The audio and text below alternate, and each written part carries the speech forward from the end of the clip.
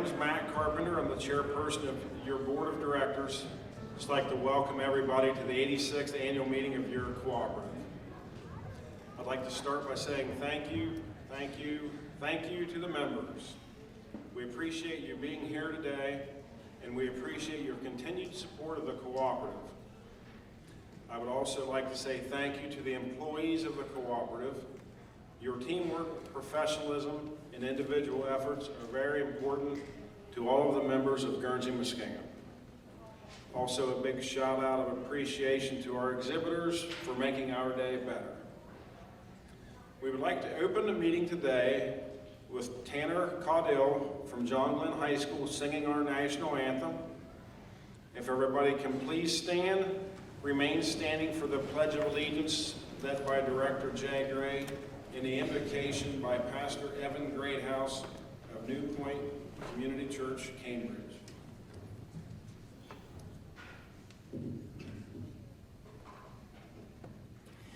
Oh, say, can you see by the dawn's early light what so proudly we hailed at the twilight's last gleaming, whose broad stripes and bright stars through the perilous fight o'er the ramparts we watched were so gallantly streaming, and the rockets' red glare, the bombs bursting in air, gave proof through the night that our flag was still there.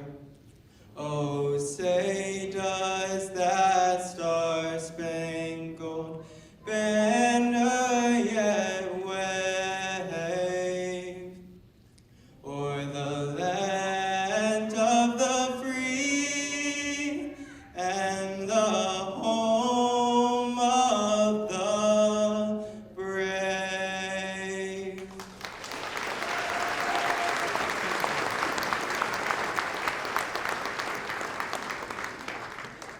Good morning, everyone. Thank you for coming today on such a beautiful day. We'll do the Pledge of Allegiance. I pledge allegiance to the flag of the United States of America and to the republic for which it stands, one nation, under God, indivisible, with liberty and justice for all. Thank you.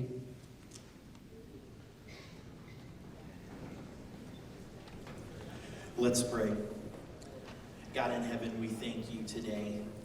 We thank you as our creator, that you create even just the collaboration and the community that we live in. Today is such an example that we're grateful for the community that we live in. God, we thank you for your son, Jesus, that came into the world so that we can have life and life more abundantly.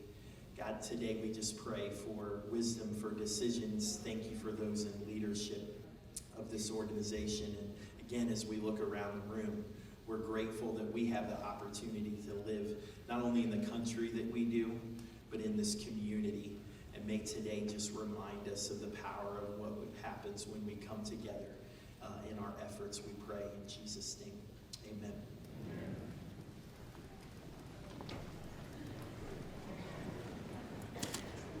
Thank you, Tanner, Director Gray, and Pastor Greathouse. To serve as chairman of our meeting today, I would like to appoint Joe Beckman, our legal counsel. Thank you, Chairman. As Matt indicated, my name is Joe Beckman. I'm a partner with the law firm of Baker and Hostetler, and in that role, we serve as legal counsel to the cooperative. And as chairman today, I would like to now open the business portion of this meeting. The first order of business is the approval of the agenda for this meeting, the approval of the official notice for this year's annual meeting, and approval of the minutes from the previous annual meeting held in 2023. The agenda and program is the agenda and the notice and the minutes are included in the program for the meeting. The official notice was mailed on March 12th and 13th, 2024. I will now entertain a motion to waive the reading of the minutes and to approve the agenda, a notice, and the minutes. Do I have a motion? I have a motion here. Do I have a second? I have a second. All those in favor say aye. Aye. Opposed, nay. Motion carried. The second order of business is the officers' reports. The first report is the chairman's report by Mr. Carpenter.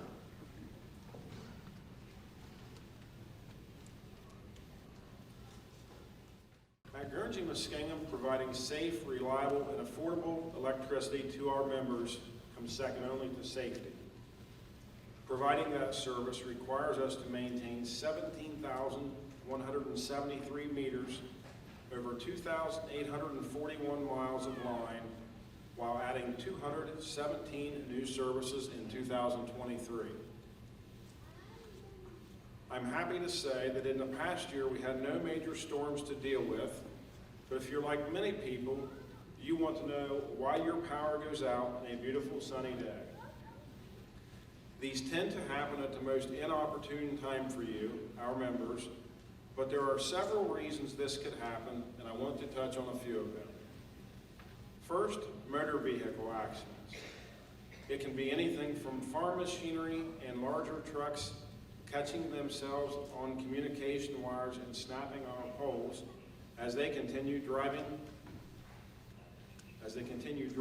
to a vehicle hitting one of our poles. We also may need to take an outage so that emergency personnel can safely remove persons from an accident scene. Second, animals, sometimes critters, like to climb onto our poles or into our equipment. Unfortunately, it doesn't end well for the animal and leaves you without power. It also could be maintenance. Some maintenance is planned well in advance, and we notify you by phone, email, or mail when it will occur. Other times, maintenance is done as soon as a potential problem is found to prevent an even bigger problem later. And finally, trees. Trees pick the oddest time to fall. Trees don't always fall during the storm. Sometimes the storm weakens and then it falls later with a small breeze. Limbs and branches that got caught up in the tree during the storm fall out later, or a tree simply rots and falls right through the power lines. And that brings me to the next subject, right-of-way maintenance. Last year we spent over $2.7 million on our right-of-way program. As you can see, making sure our rights-of-way are properly maintained can make a huge difference. This year we are working in the Salt Fork and Antrim substation areas, which is in the Guernsey County area of our territory. Look for Asplund and Davy tree trucks, and please work with them to help us keep everyone's power on. We all appreciate the beauty of southeastern Ohio's landscape. However, providing reliable power to our members remains a top priority for Guernsey Muskingum. Thank you in advance for your cooperation in helping maintain our rights of way. I would now like to introduce Maureen Riley, who will present the Secretary-Treasurer report.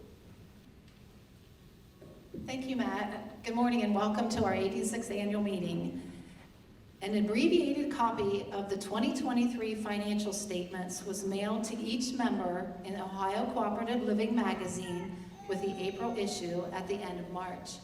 In addition, copies of the annual report that contain the complete audited financial statements were given to you today as you registered. Also, the member booklet that you were given at the registration table.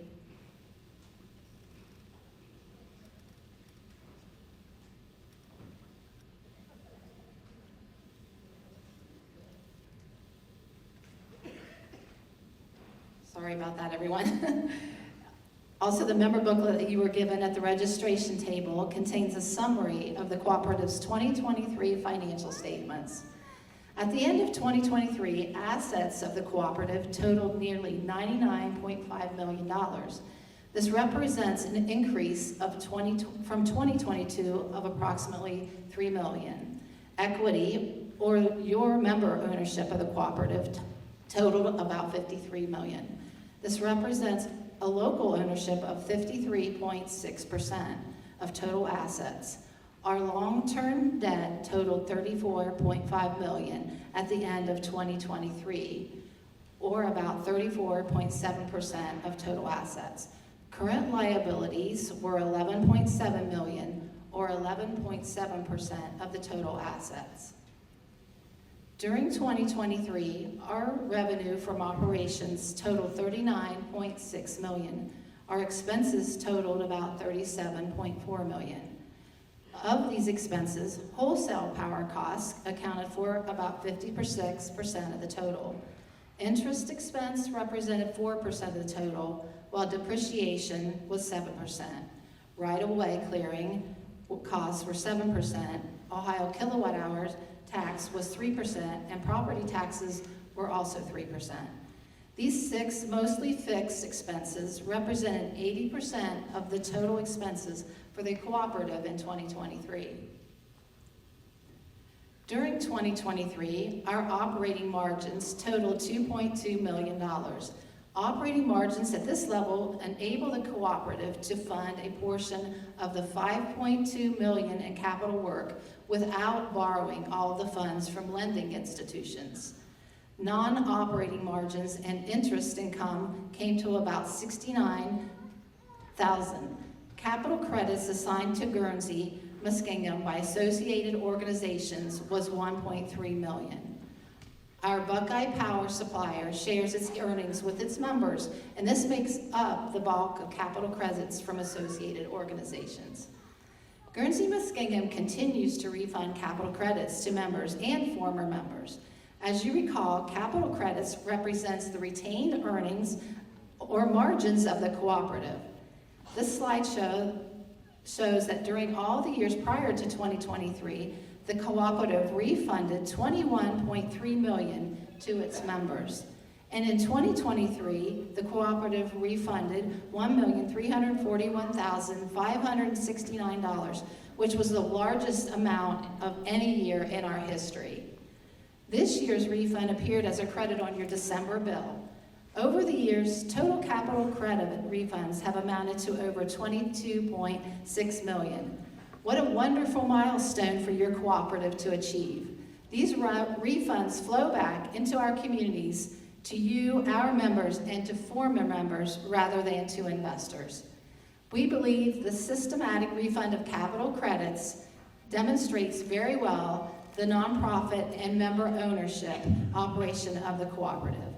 In 2024, we plan to continue our policy of refunding to current members, former members, and the estate of deceased members.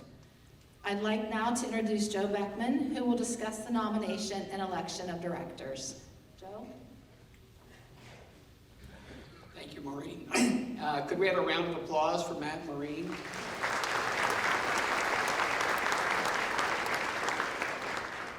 So at this time, I'd like to introduce the cooperative directors, which are on your left, my right. First, Maureen Riley, who's the Secretary-Treasurer. She represents District 1. Dwayne Parks, who represents District 2. Matt Carpenter, our Chairman, representing District 3. We currently have a vacancy in District 4. Jay Gray represents District 5. Susan Harper represents District 6. And Ed Bay, our Vice Chairman, represents District 7. Could I have a round of applause for our directors?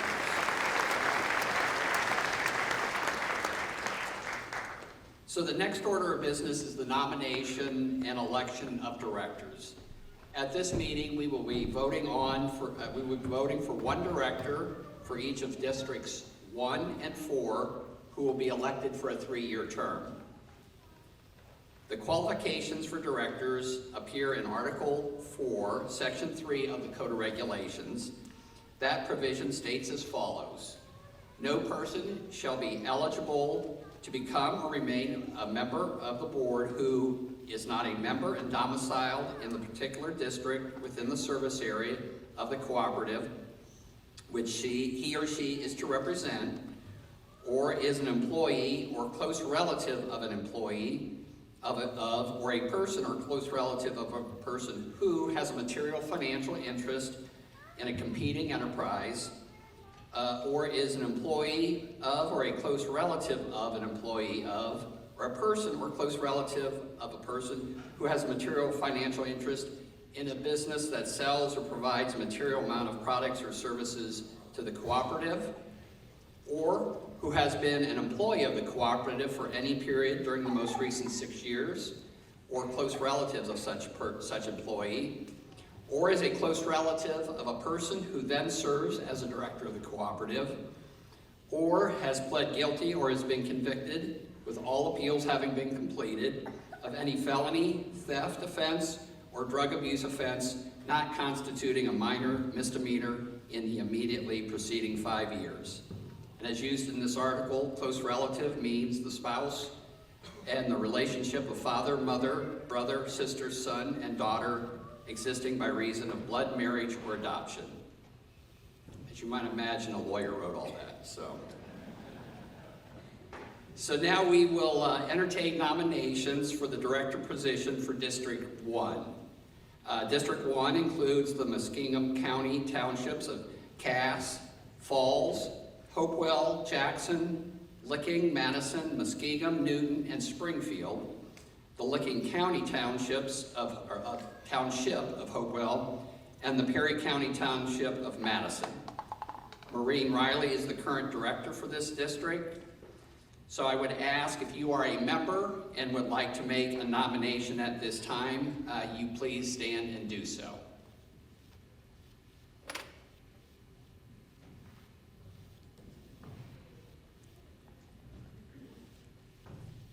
Who am I looking at?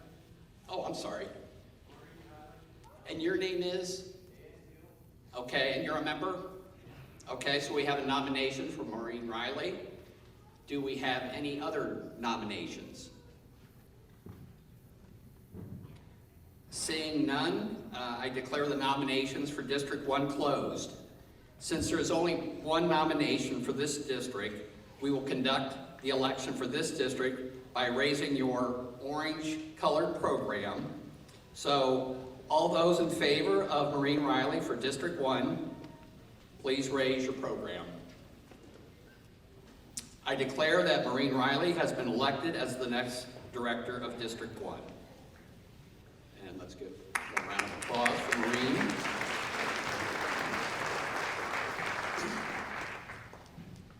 As I mentioned, the next is District 4, and as I mentioned, right now we have a vacancy in this directorship. So I will now entertain motions for the director position for District 4, which includes the Guernsey County townships of Adams, Cambridge, Knox, Liberty, and Westland. As a reminder, a person can be nominated by any member, or a member can nominate themselves. If a person is nominated by another member, I'll ask that person nominated whether he or she is willing to accept such nomination. If the answer is yes, that person's name will go up on the screen, I think right there. It will go up on the screen as a candidate. And if you nominate another person, we will ask you to serve as an observer of the vote count.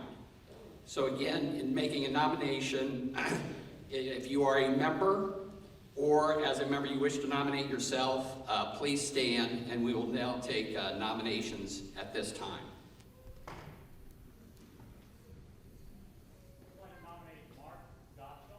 Mark Gottschall, and you are John Marshall? Correct. And you're a member? Correct. Thank you.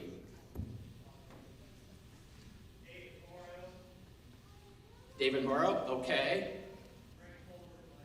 Greg Fuller, okay, thank you. Jim Gibson, and your name? Okay. We have 3 nominations, okay? Do we have any other nominations? Okay, thank you. So what we will do now, I will ask each of the candidates to come forward. We'll do it in alphabetical order, and the candidate will be given 5 minutes to speak to you, the members, about why they would like to be elected, their experience and their qualifications, and their interest in serving as a director. So I will ask Jim Gibson to come forward first. Good morning, everyone. I'm glad to see such a great turnout this morning, and is so happy to see Dorothy Montgomery. I always love to see her at activities and always respect her and love her being with us. My name is Jim Gibson. I live on a small farm just outside Cambridge, Ohio, in Indian Camp. With my wife, Kathy, of 48 years, 3 sons. Ben graduated from Ohio State, now deceased. Middle son, Matt, graduated from Ohio State. And son, Paul, graduated from The Ohio University in Athens. We own and operate a registered Angus herd and also Gibson Feed Shed, along with my son, Paul. I am a retired minister from Rex Mills and Cumberland Presbyterian Church, currently the interim minister at Mount Hermon Presbyterian Church. Prior to that, I retired from Respects Food Market, where I worked out of the corporate office in St. Clairsville as the director of their produce operations for 25 years. At Respects, I traveled to all their locations. At that time, they had 15 stores, and was charged over 100 associates. In charge of the budgets, bottom line, bulk ordering from different parts of the country, and total sales. Went to 4 years of ministry and into ministry for the past 15 years. I am running for the board member of District 4, replacing John Enos, who passed away December of 2023 and was a board member for over 30 years. Big shoes to fill. John was a close friend of our family, and he was dedicated, devoted board member for Guernsey Muskingum Electric. I worked with John, for John, and he was my 4-H advisor, Green Acres 4-H Club, in which I am now the advisor of that club for the past 38 years. Was an elder with John at the church, and was recently on the Board of Elections here in Guernsey County. By asking for your vote today, I want to carry on that learning by doing experience, the dedication and devotions to continue to make your electric co-op to be successful in the future. Psalms 118:24, this is the day that the Lord has made. Let us rejoice and be glad in it. And then 25 says, save us, O Lord, we pray, give us success. Thank you for your vote and appreciate your time this morning. Thank you.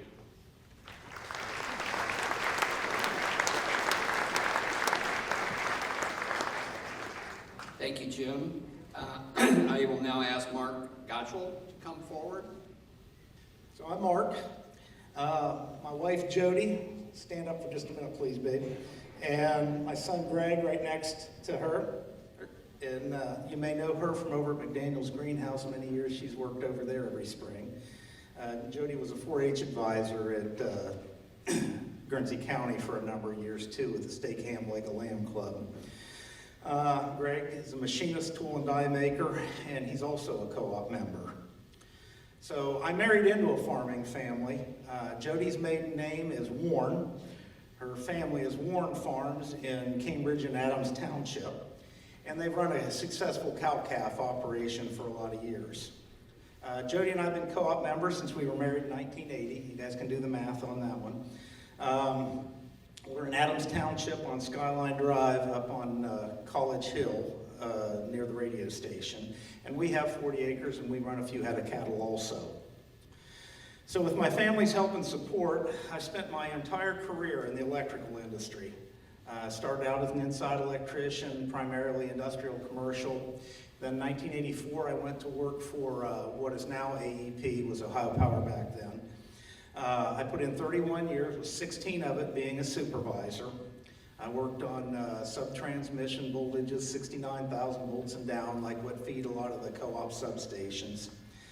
I worked overhead and underground distribution, just pretty much the same type of a system that the co-op has. And I've done all manner of substation operations. Worn a lot of hats, worked on a lot of special projects. I put a great deal of time and effort into training and employee development. Safe productivity was always number one priority. I totally believe that unsafe behavior isn't just dangerous, it's just really bad business. So while I worked for a very huge for-profit utility, I want to say that I grew up in a house where my dad was president and CEO of a not-for-profit in healthcare. So for 30 years, my dad answered directly to a board of directors. I grew up with some empathy for what dealing with a board is all about. I know a smooth running board can make or break you. I'm pretty well versed in budgets and spreadsheets and balance sheets and capitalization and O&M, and I understand depreciation and retirement and their functions on books.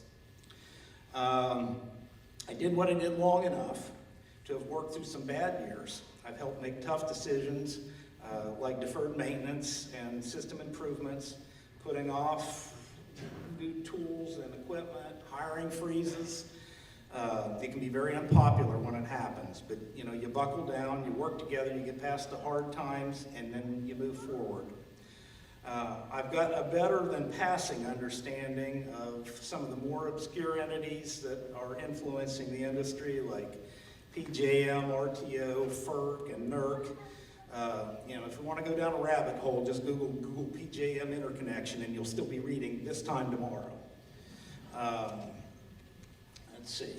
I appreciate the history, and I know the history of how rural electrification came to be and why today it's still very relevant to agriculture and our businesses, and especially this rural way of life that we all love so much. I don't want you to assume that I'm running solely on my work history. While I believe that's an advantage, the more important reason is that so many of my family and friends and community rely on Guernsey Muskingum Electric. I truly care about the co-op's future moving forward for our kids and for generations to come. The importance of affordable and safe, reliable electricity just can't be overstated. So all of our co-ops are going to be facing a lot of tough challenges coming years: tightening electric supply, pressure for rapid transition to new generation sources, rising costs, new demands on the system from emerging technologies, cyber threats. I think I can be a positive asset. I don't want to be disruptive. I want to pose productive questions and help build consensus. If elected, I think I could serve in such a way that would help maintain this critical balance between the members, the employees, and a sustainable business model. And John, thank you very much for the nomination. I appreciate it.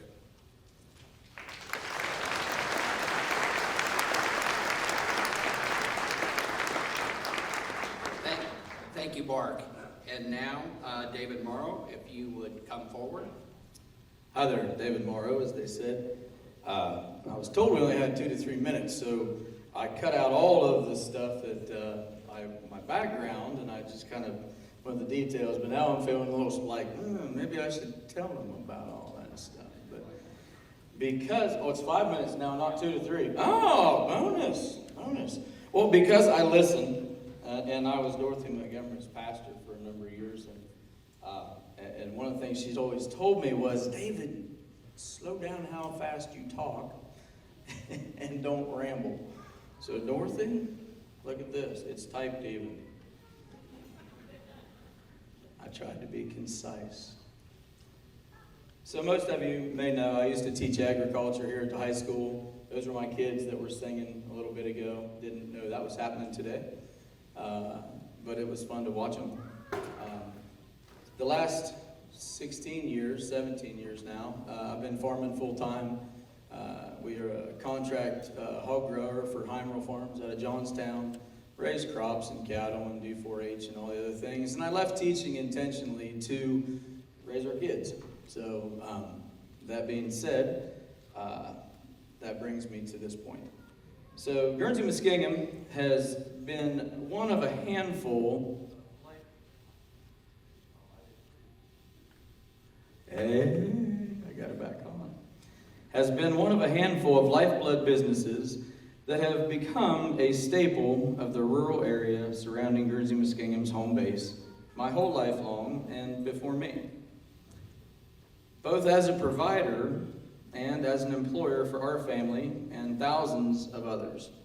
And I make this point to say I'm very grateful for those who came before, for their vision, their mission, and their action. And to be honest with you, I'm not sure I wouldn't vote for one of the other two guys instead of me, especially given the shoes that are sitting over there on the board right now. Like, I feel maybe a little inadequate to walk in that. I bring a little different perspective, but I don't know that I would bring a better understanding of the industry itself. Those same people have influenced pretty near every aspect and framework of my being, though. That combined with an inborn desire to learn and grow and make life better, well, between that and genetics, which have been preparing me for 47 years, to take advantage of opportunities when they present themselves.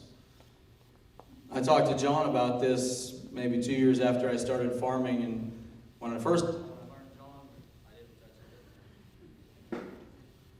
of all, when I learned that John was still on the board and how influential he and Karen have been in my life, I said, I'm not even going to try to run. I wouldn't do that. It's good.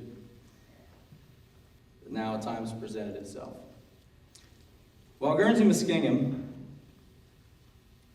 and its employees have been a vital part of my life since birth, it wasn't until I started farming full-time that I came to realize dependable, affordable, and sustainable power is almost as important and influential to my everyday existence as food is to eat and water to drink.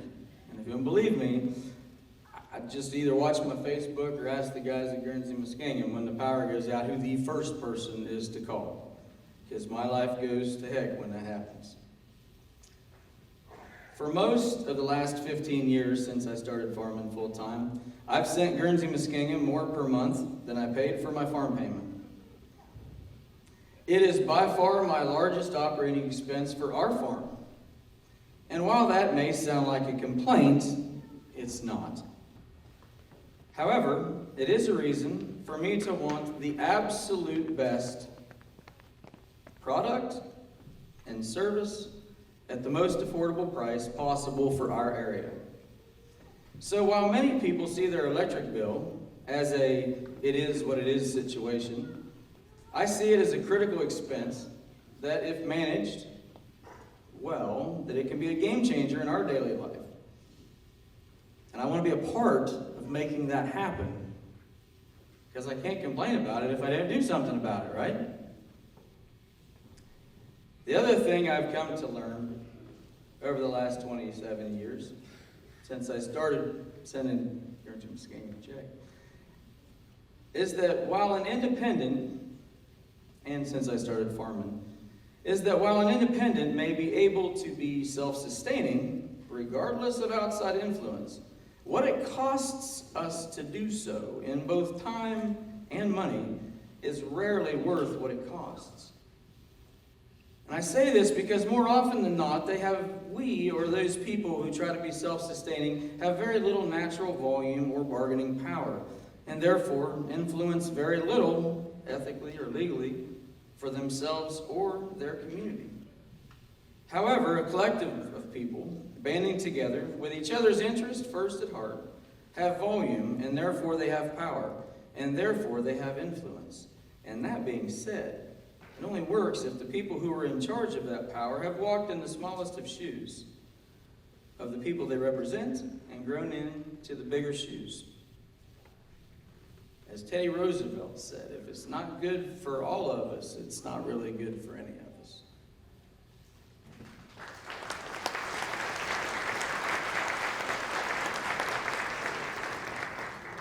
Thank you.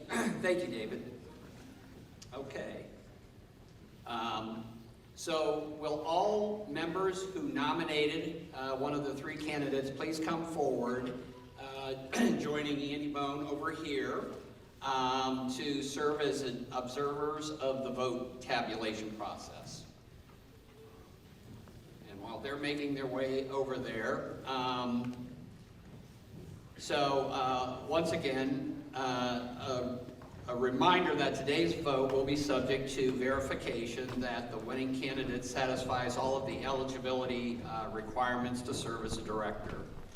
And so what I will ask you to do in your program, your orange program, there is a ballot for District 4. We would ask you to write the names of one of the three candidates on the ballot, tear it off, and then we will be coming around with boxes to collect the ballots. You need a pen or pencil. Maybe somebody has. There was a ton of pens out there.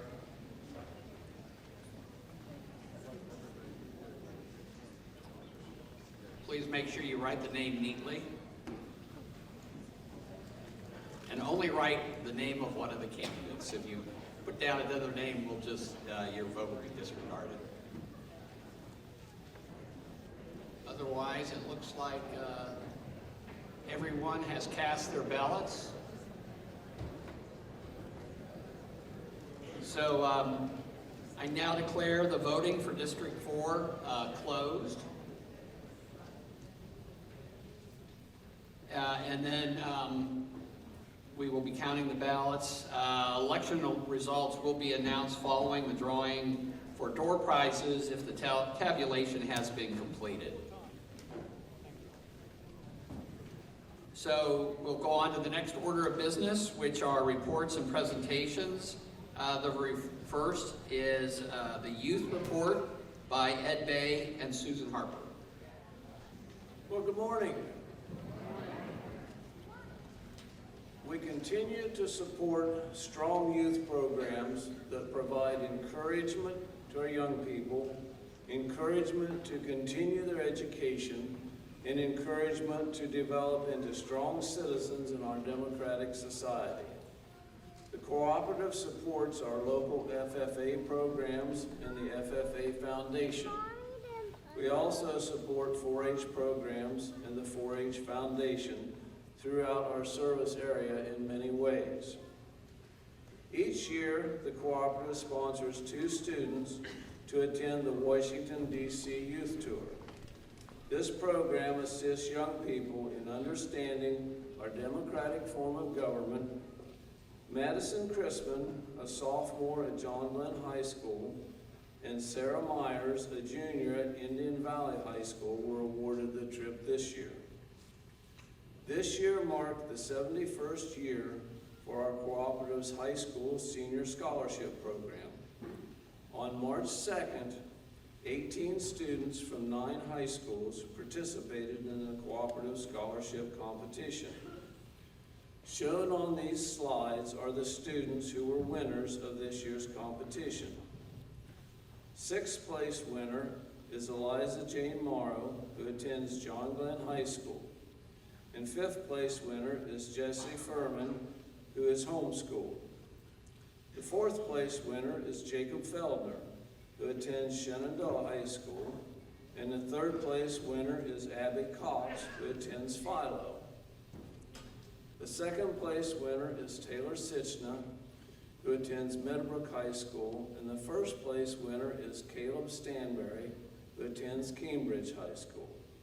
Good luck, Caleb, as you represent Guernsey-Muskingum on April 16th in the Ohio Electric Cooperative Scholarship Competition in Columbus. For 71 years, your cooperative has supported a high school scholarship program. Our first place winners over this time and many more have participated in the program and have benefited from it.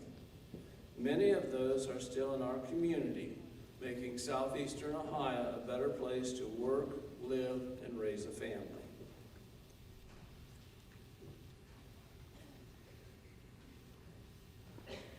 Several years ago, we expanded our scholarship program to include financial aid to students at Muskingum University and students at Zane State College. To be eligible, students must be members or children of members of the cooperative. For the 2023-24 school year, there were 6 recipients of the Muskingum University scholarships. They were Brooke Baird of Salesville, Abby Buchtel of Cambridge, Colin Gump of Kimbolton, Treva Hamp of Zanesville, Natalie Moore of Hopewell, and Carter Wickham of Chandlersville. The 2 recipients of the Zane Grey College scholarships were Clay Vasco of Cambridge and Ezra Watson of Cumberland. The cooperative awards 2 $750 scholarships to graduating high school seniors who have overcome a major obstacle or hardship in order to graduate and attend college. This is known as the Touchstone Energy Achievement Scholarship. The 2024 winners of the Touchstone Energy Achievement Scholarship are Eliza Jane Morrow of John Glenn High School and Addie Robinson of Tri-Valley High School. Jerry Cackley was a former Guernsey Muskingum Scholarship winner and employee. Early in his career as general manager CEO, he was diagnosed with cancer and made the decision to retire. Shortly before his death in 2019, the Cackley family decided they needed to give back to the GMEC members who supported them through the years. This led to the creation of the GMEC Scholarship in honor of Jerry Cackley. The 2024 winner is Parker Wickham, who attends Mideast Career and Technology Center and Philo High School. Some of these students are with us today. The Washington Youth Tour and Scholarship students, would you please join us up front to introduce yourselves to the members?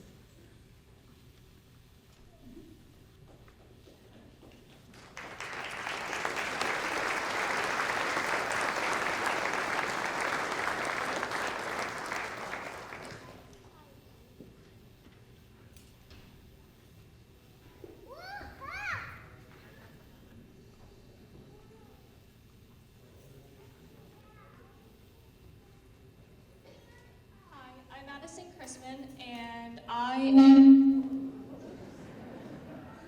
the youth tour. I'm one of the youth tour representatives, and in the future, I plan to hopefully be a forensic scientist. Hello, I'm Caleb Stanberry. I attend Cambridge High School, and in the fall, I plan to attend Kent State and study computer science. And I was a scholarship winner. My name is Abby Cox. I was also a scholarship winner. I'm undecided on which college I plan to attend, but I plan to major in musical theater and minor in English. My name is Eliza Jane Morrow. I am also one of the scholarship winners, and I plan to go to Trevecca Nazarene University in the fall and major in commercial music with a focus in worship arts. Thank you. My name is Jacob Feldner. I attend Shandell High School. In the fall, I'll be majoring in civil engineering at The Ohio State University.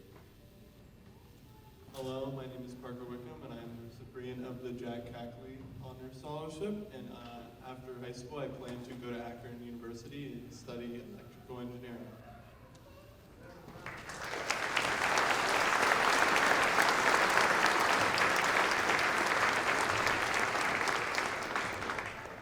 Congratulations to all of you. Best of wishes, and thank you so much for being here to participate with us today. Now I'd like to introduce Dwayne Parks, who will give special recognition today.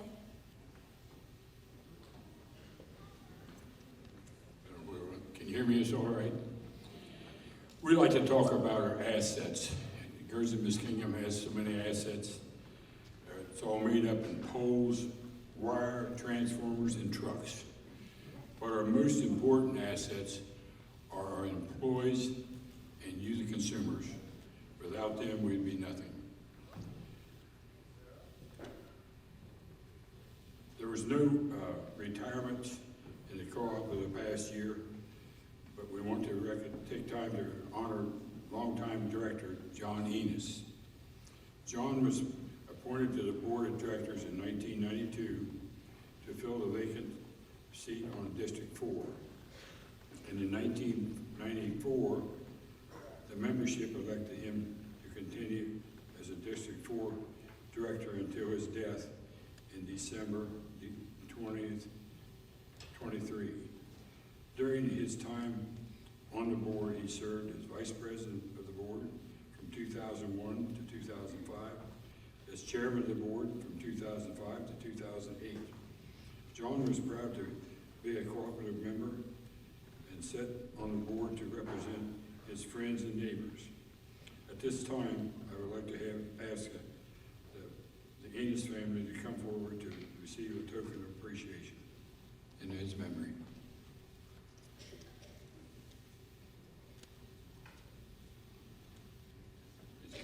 Is Karen here?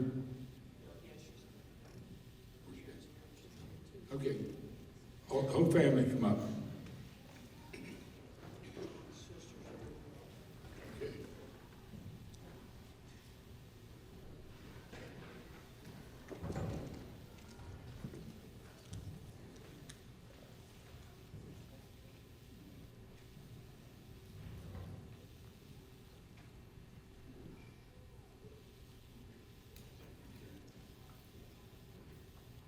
Okay. Glad to have you all here today. You got anything, Jay? Is it token of appreciation? Ryan, you're ready. I come on the board in 2009, and John had been here a while before that, and opened up his arms to me, and also Karen, to me and my wife, and helped explain what it is to be a director for Guernsey Muskingum, and what an honor it is.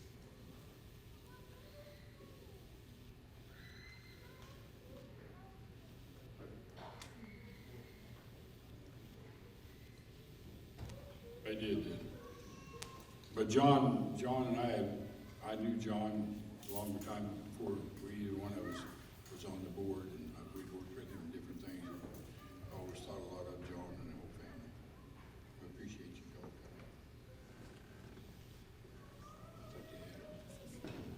He's got something back here. You wanna say anything? Thank you so much for everything you did for John. The co-op meant the most to him, and we really felt appreciated that we were part of the family of Guernsey Muskingum Electric. Just all I can say is thank you in behalf of John. Thank you.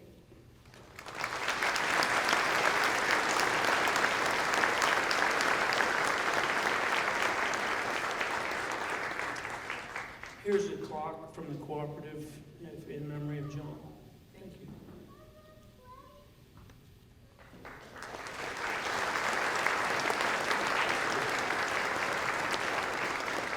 Every time you look at that clock, you'll remember John. It's been so good for all of us. Now at this time, I'd like to introduce our manager and CEO, Brian Hill. What that there? Okay. You don't get to hear from me much right now. Kurt Helfring, if you could come forward now. He's going to present a video of our CEO of Buckeye Power. So I'll let Kurt kind of introduce that, and then Kurt will be around here afterwards if there's any questions from Buckeye Power standpoint. So anyway, again, thank you, Karen, for being here for John. Thank you much.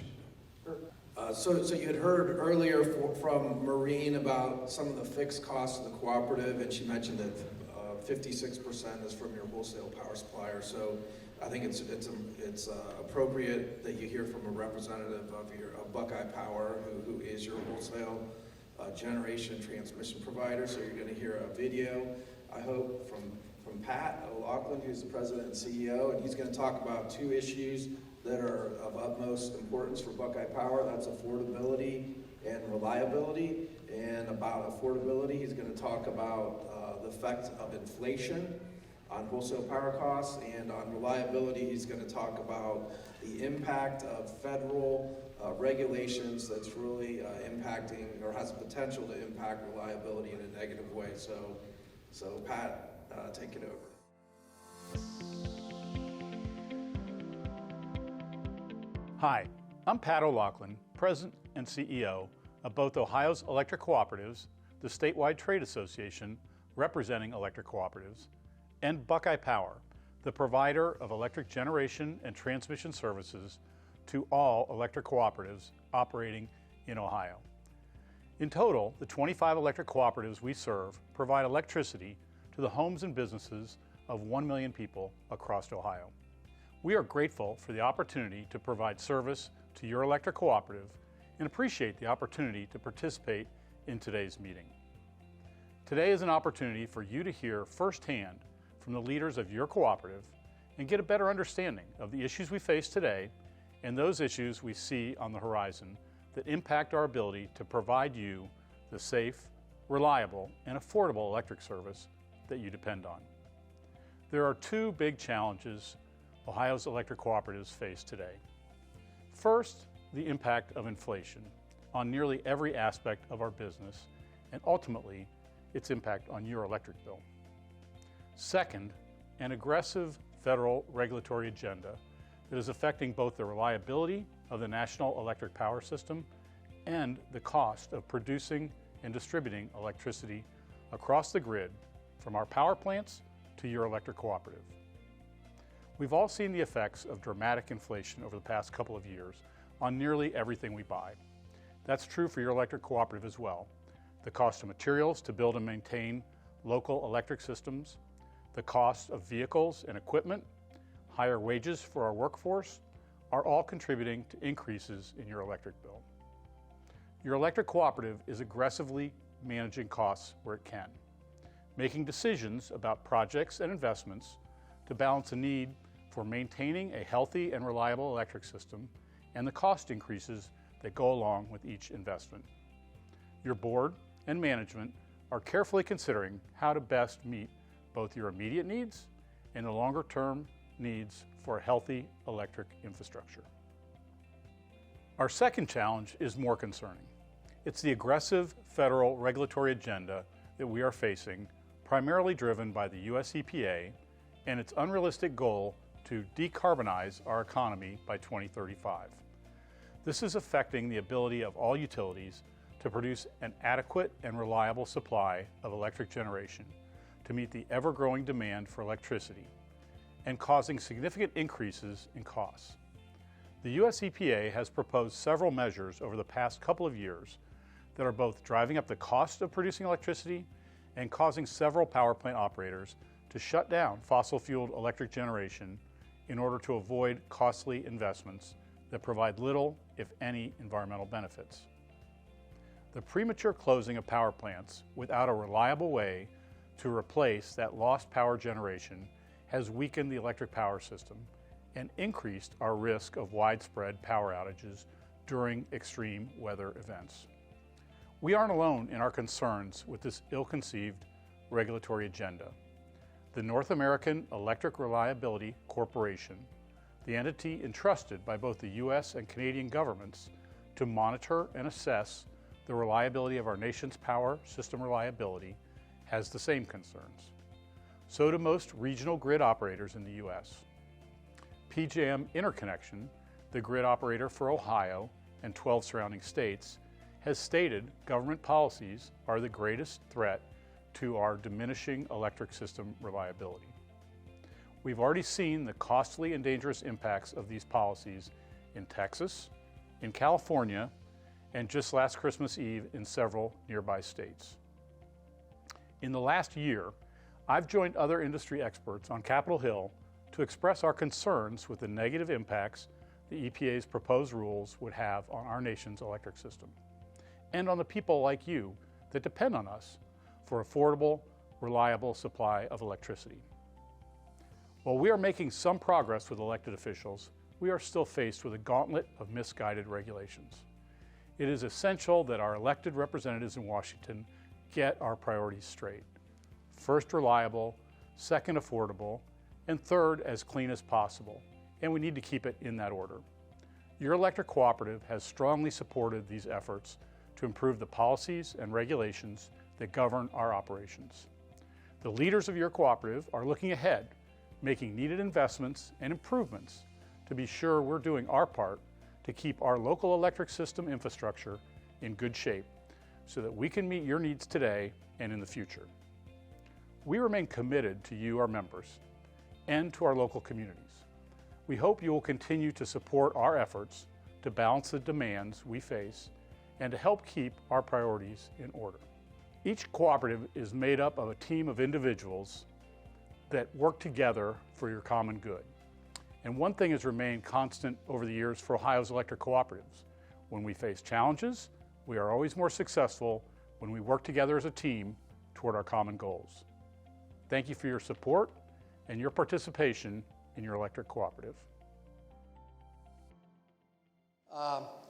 Thank you all for staying today. I know it's been a long day for you. We've changed the format here somewhat, in case you didn't notice that. We went to a breakfast, trying to move it up a little bit earlier so you can get out of here earlier and have the rest of the day to do whatever you want to do. So let us know what you think about that, positive or not, but trying to make this annual meeting something that you all want to come and participate in. Couldn't do, provide the service we need to provide to you, our members, without, our employees. And we have 2 new employees this last year, and Brittany Disbennett, our operations coordinator, and Warren Meredith, a new apprentice lineman. So wanted to welcome them aboard here today. Are they here? Are they standing here anywhere? If they are, put your hand up. They might be out working, tearing things down. Okay. Every April is is Line Worker Appreciation Day across the country. It's April 8th. We celebrated that just recently, or we'll celebrate that actually very soon here, even though the day was April the 8th. At this time, I would like to ask for a moment of silence in memory of John Enos.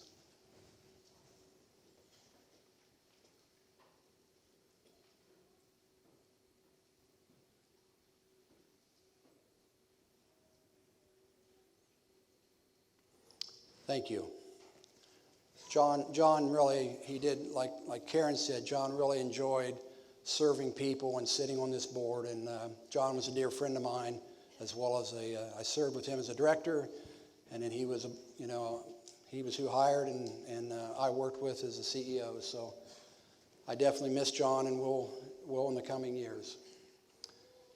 At this time, I want to ask Blake West to come forward. Your local cooperative does some unique things, not just in Guernsey County, Muscatine County, Tuscarawas, or Morgan County, or Noble.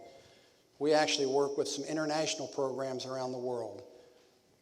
I remember last summer getting a phone call one evening from a safety director in statewide saying, hey, Brian, I got an idea. I'm going to be going to Africa. And I said, that's great. I said, what can I do for you? He said, well, I need one of your employees.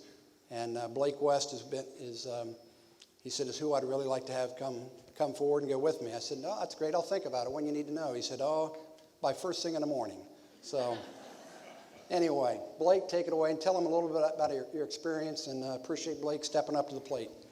Good morning. In 2020, I had the opportunity to travel to Guatemala with a team composed of employees from cooperatives from across Ohio. We had an amazing experience as we worked to bring power to a village that consisted of around 80 homes, 2 churches, and a school. Even though our trip was cut short due to COVID, we were able to get enough of our mission complete that the local co-op was able to turn the lights on in the village for the first time the day after we were pulled out. I never dreamed I'd get ever get an opportunity that would trump that adventure. Boy, was I wrong. In the fall of last year, I got a call from Dwight Miller of Ohio's Electric Cooperatives asking me if I was interested in accompanying him on a trip to Sierra Leone, a small country located on the west coast of Africa, to provide training to a team that is responsible for maintaining a system of solar-powered mini-grids. This 2-week trip was extremely eye-opening. The extreme poverty and rough living conditions were worse than anything I could have imagined, even worse than what we experienced in Guatemala. Trips like these provide us with the opportunity to make significant impacts to the lives of so many people, and wouldn't be possible without the support of so many back home. My lovely wife and 2 amazing sons, my fellow co-workers here at GMEC, the Board of Directors, Ohio's Electric Cooperatives, and NRECA International. To all of you, I say thank you for the amazing experiences that I've had the privilege of partaking in. Thank you.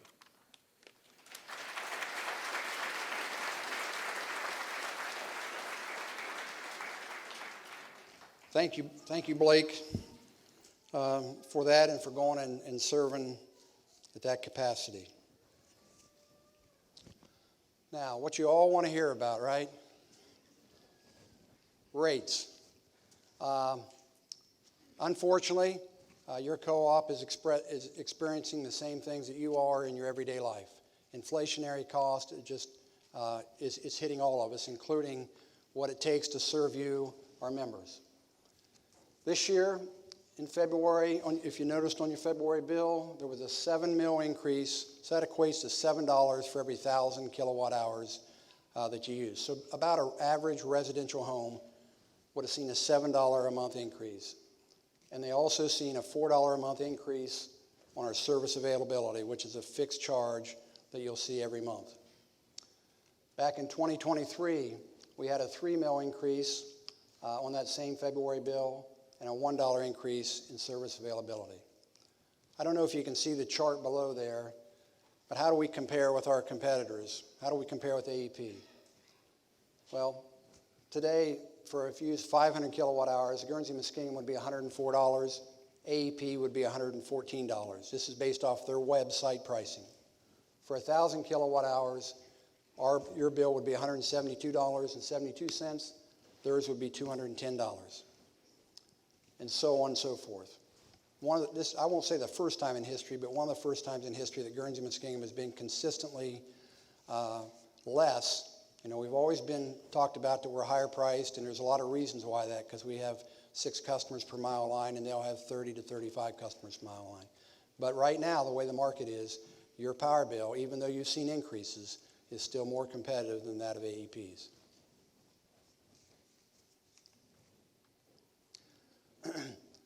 Here's one example of inflation. You know, we got to maintain our substations because reliability is so important to us. Just outside of town here, Pike Substation, which supplies many of you power, is going through a major upgrade of $2.5 million. About 5 years ago, that would have been about half that cost. We have 13 substations to maintain. It's just cost for everything, poles, wire, labor, you name it. It's all going up, but for us to provide that reliable service, we have to maintain that. Here, and this has been touched upon already in the video that was played. But the one thing I want to point out to you in this today, this is talking about reliability. And I know it's hard for you to see that, but we're in the PJM network, PJM footprint, and they're putting out warnings. Our federal regulators are putting out warnings that, hey guys, there is an opportunity during peak times, during really cold weather or really hot weather, and especially in the cold weather, where there's an opportunity for rolling blackouts. That's been made aware of us probably the last 2 to 3 years. We've been screaming for years. I think back in 2009 we had 21 coal plants. Today we have 4. That is a source of power that is consistent. That today, others are wanting to rely on other sources such as wind and solar that we know does not always perform. And in that today, I want to thank all of our people who are here today to set up tables. I appreciate you being here. Outside there, for probably the first time in a long time, we had a whole house generator sitting there. So those are things. The only thing I'm telling you to do is try to have a plan put together, because we're going to be dealt with these. Even though we have adequate power for you, once it goes on the grid, it gets diverted to wherever. But your generating cooperative has plenty of power available. Joint use. Why should we mention joint use? In the last few years, broadband is now coming to the rural areas. Spectrum, Windstream, others are bringing a high-speed internet to the area, and we're glad of that to happen because you, our members, are asking for it.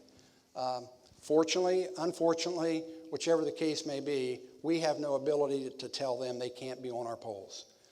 We want to work with them, and we've been doing that. We're trying to work with Spectrum and the other providers so that they can get you the high-speed internet, but they can attach those poles without getting any, they have the right to do that. They just have to work with us to make sure the pole height and all that kind of thing is correct. We're also going through a major change that we've been talking about for at least the last 3 years. An advanced metering infrastructure, AMI meters. Here's some of the benefits to having an AMI meter. First off, thank you for the last 86 years of all of you reading your meters. That is coming to an end here very shortly. If the rest of these meters come in, when? By the end of April? And if we can get the people to put them on, we hope that by this time, or by fall, that everybody has an AMI meter and you will not have to be reading. Wait for that notice, though. Wait for us to tell you don't have to read. But that is coming very shortly. So you won't have to do readings. Go back to eliminates estimating bills, improved outage responses. You know, sometimes people like to play with our meters and even take them off and do things they shouldn't do. This will improve that detection, and we'll be able to turn people on, turn people off as needed. People may need a meter turned off for one thing or another. That gives us the ability to do that. Member communications. We never communicate enough. I know that. We're trying to find many, many ways to do that. Of course, most of you today seen something in the magazine come, right? Our cooperative magazine is our official newsletter.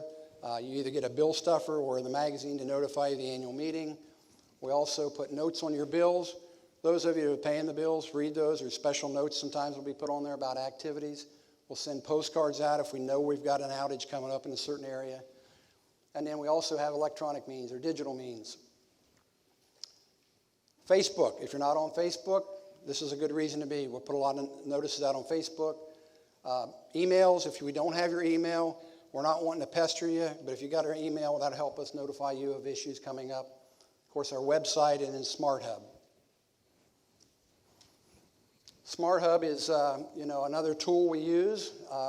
It's more than just paying your bill. You can report outages, receive updates. You can check on usages with that. You can tell with these new meters, you're going to be able to look back and see how much power did I use yesterday. It's going to be really helpful. Get alerts and reminders. You're going to manage your account, and you can also pay your bill using Smart Hub.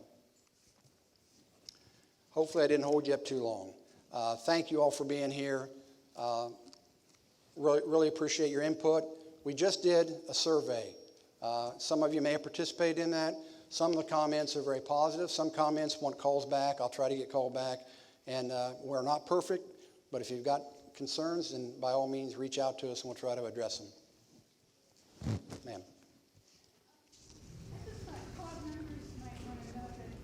Years ago, the Rural Electrification Act enabled co-ops to form, and currently there's billions of dollars in the Inflation Reduction Act available specifically for rural co-ops to consider alternatives to the future, since there's only 4 of these coal-fired power plants left.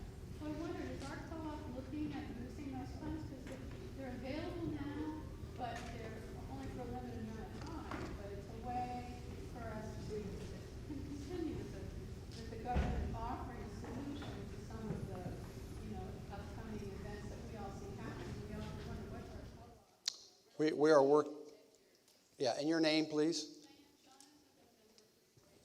Okay, Diane, we are working with Buckeye Power and working on a project that they're applying for various cooperatives statewide. So we are working through them on a project at this time. We already tried once, was not funded, so we're reapplying for a project. The Inflation Reduction Act funds? I believe that's what it is. I guess I'd have to go back and check, see which one. There's multiple, these are funds that's designated for cooperatives that we are looking, yeah. So we are working. I don't know whether they'll be successful or not. We've got a lot of projects that could be done, but probably don't qualify. May not. They're competitive, so they compete, and how well you score on those grants is to really be successful. But we are involved with one of those, and I'm not sure when we'll hear about that. But yes, thanks for asking. Okay, Joe. Did he leave? There he is. Say, did you leave me? All right. All right. Thank you all.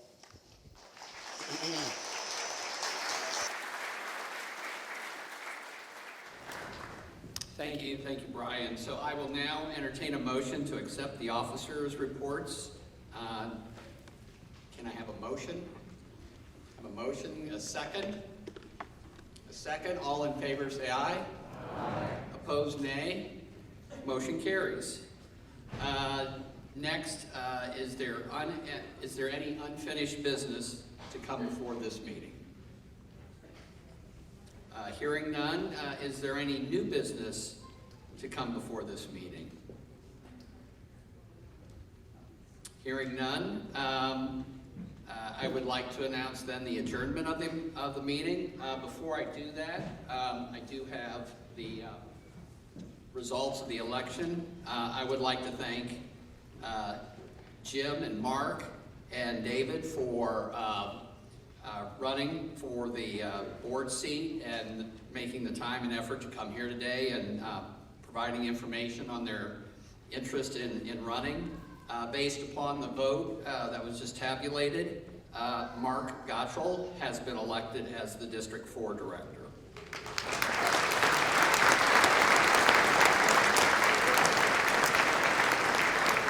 And Mark, make sure you hang around after the meeting.